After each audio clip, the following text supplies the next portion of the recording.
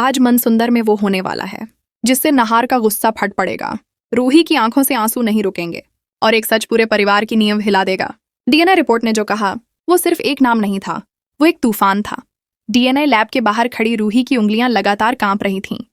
उसकी नजर बार बार उस दरवाजे पर जा रही थी जहां से सच बाहर आने वाला था।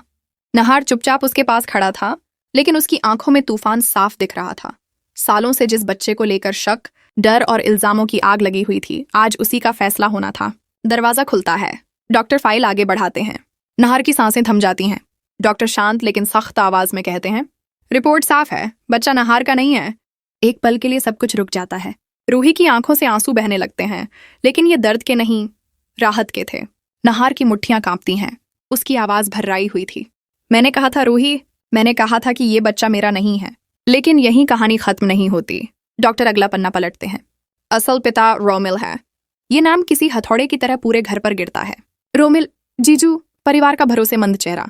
रूही को वो रात याद आती है जब रोमिल की नजरें झुकी हुई थीं, जब उसने बच्चे की तरफ देखने से भी बचने की कोशिश की थी।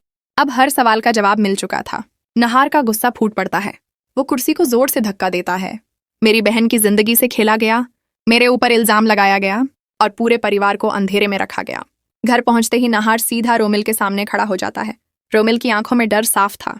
सच बोलो या मैं खुद सबको बता दूं। रोमिल टूट जाता है। वो जमीन पर बैठ जाता है।